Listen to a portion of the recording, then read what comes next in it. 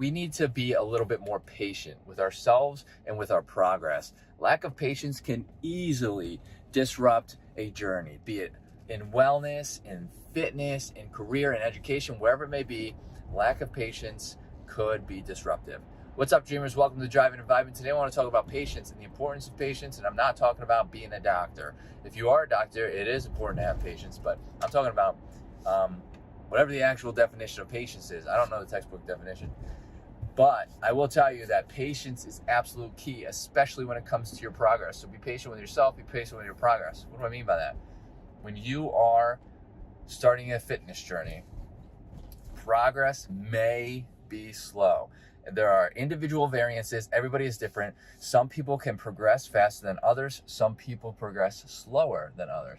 I'm going to give an example of myself.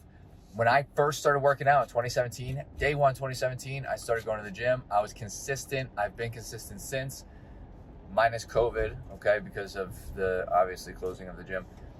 And it took me until about August, September, so that's 8 to 9 months for me to see any sort of muscle. My goal was to build muscle, and it took me 8 or 9 months to build muscle. Now, was there a couple of times where I lost motivation because I wasn't seeing progress? I wasn't physically seeing progress, and I wasn't feeling like I was making progress? Yeah, of course, right? Of course, there's those times, like feeling like you're not making progress can be detrimental. But luckily, I had people that I talked to. One of the gentlemen who taught me a lot at the gym told me it took him like a year and 2 months to start building muscle. He was very big guy. He said it took a year and about 2 months for him to build muscle. So he said, just be patient. Just be patient. It'll happen. And when it happens, when you start seeing that muscle, the muscle will grow. Like it'll just like go from 0 to 100. And I did. I pushed through. I was patient, and it finally started showing. I started seeing progress, and I'm very glad that I was patient. If I wasn't patient, I could have made rash decisions like, I'm not making any progress. I'm just going to stop the gym. I'm not going to the gym anymore. Or I'm going to switch up my workout, or I'm just, going to do this, do that, whatever. It could have been very discouraging.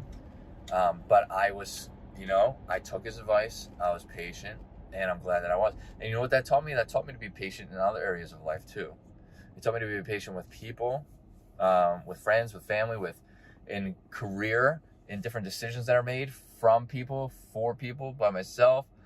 And it transitions to various aspects of life. So being patient with yourself is very important because it allows you to be patient with your journey. Or being patient with your journey helps to become more patient with yourself. And I said that word a million times. I'm not going to say it again.